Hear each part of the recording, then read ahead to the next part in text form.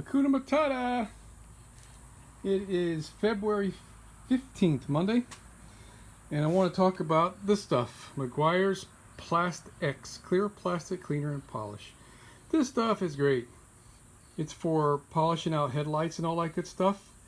I don't know, it was like $6 for the bottle or something. It was so cheap it wasn't even worth it.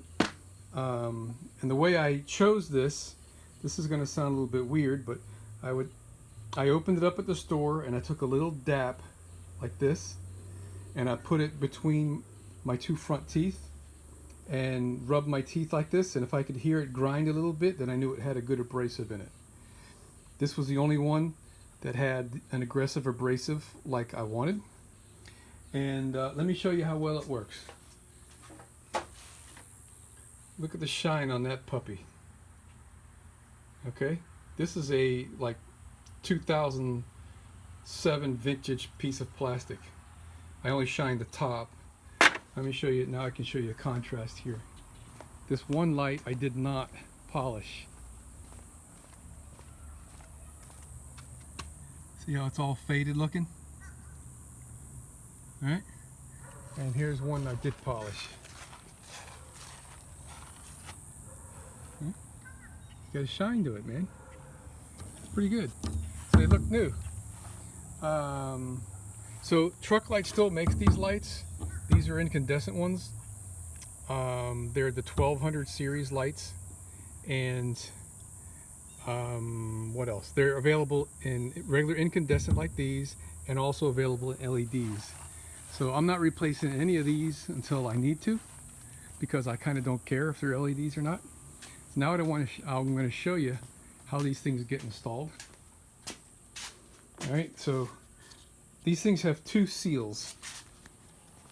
There's a seal that goes behind the bracket. It's a big rectangular foam thing. I talked about that in another video a little bit ago. You can see a piece of it peeking from behind there. And it really seals the bracket to the surface. Let me show you what we got going on here.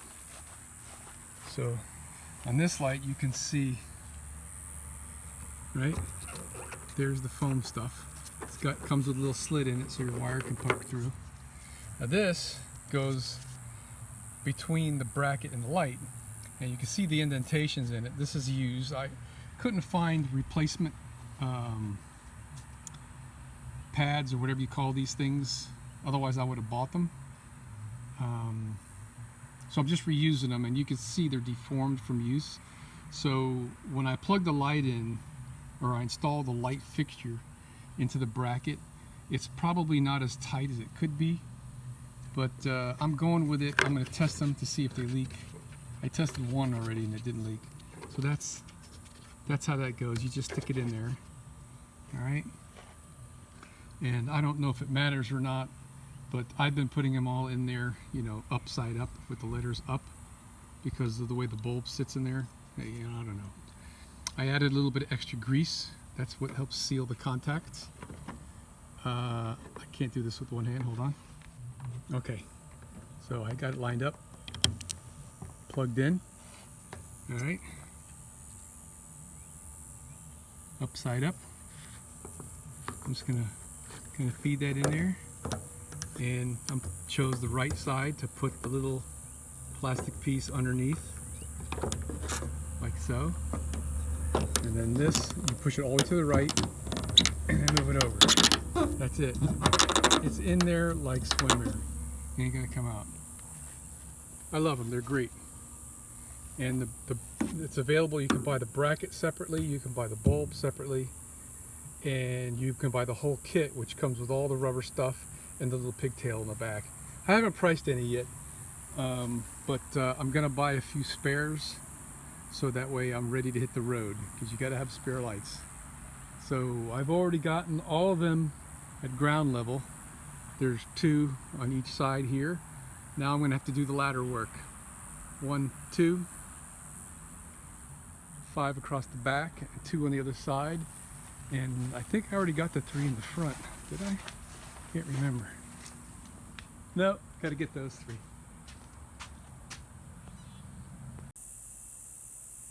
How about that? I got all the lights on. And they all work. Isn't that pretty? Let's check out the back.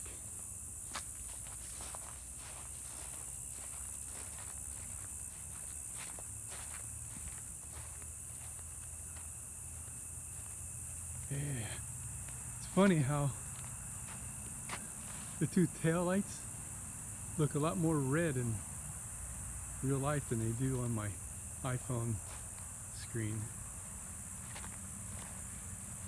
We've got light.